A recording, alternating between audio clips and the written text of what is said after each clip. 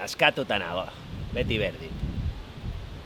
Lehen, Andreak, hostia, bizikletarekin ezin zara hemendik ibili, eta gero eskaloia saltatzen ditut, eta hostia, ezin duzu, gero skaterra, beti berdin, tio, hau da gure zona, gure txokoa, eta ni, a ber, ke hostiak, no seke, baina gero faltada Aitor, Peio, egoten zirena nirekin horre bizikletan, orain bere gauza dituzte, eta jode, zer egingo dugu, tio.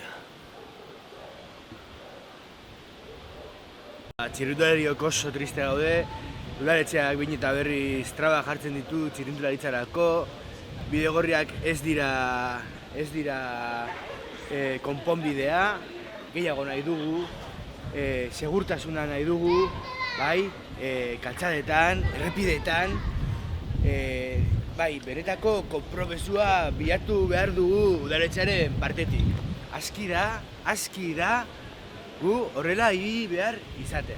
Ez da zilegi, ez da bidezkoa. Gustatu jataz motorrak, betidanik, txikitatik gustatu jataz motorrak, eta, bueno, bizikletak ez dira berdinek, baina talde honetan sartzea betidanik ilusioa indozta, ez? Horregaitik berdina ez da, baina berdin da. Denbora asko gona hitzaraten banda honetan sartzera. Lehen autoekin lan egiten nuen, baina orain bizikletekin lan egiten nahiko nuke.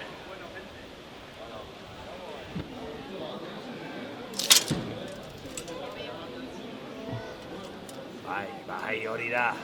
Ole, artista,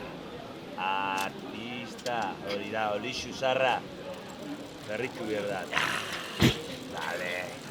Earra! Eskerrik asko! Bizikleti, earra, erruberi. Ja, eskerrik asko.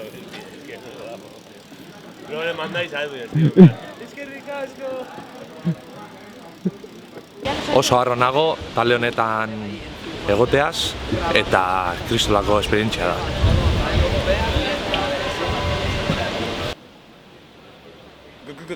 Go da, eta!